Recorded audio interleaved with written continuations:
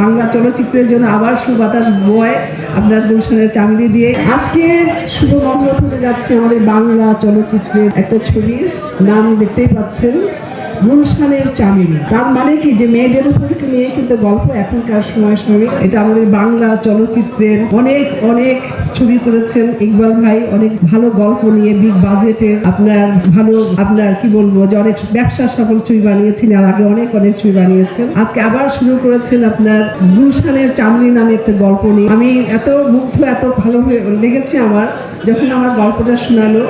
আমি বললাম যে ঠিক আছে, গল্প তো অনেক সুন্দর। তারপর আমার যে চরিত্রটার কথা বলেছি আমি একদম মুগ্ধ।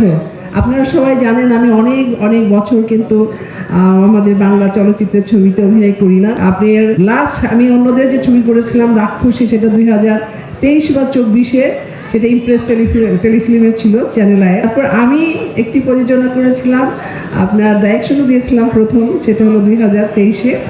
তারপরে কিন্তু আমার কিন্তু ওইভাবে বাংলা ছবি করা হয় না, আসলে গল্প ওই ধরনের পাই না, যার জন্য কিন্তু করা হয় না।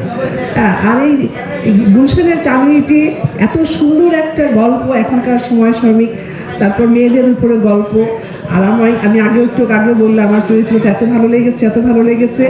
আর ইকবাল ভাই তো আপনারা জানেন যে ওনার ডাইরেকশন, ওনার যে ছবির গল্প আর এত মেকিং সব কিছু মিলে কিন্তু এত সুন্দরভাবে ছবি তুলে ধরেন।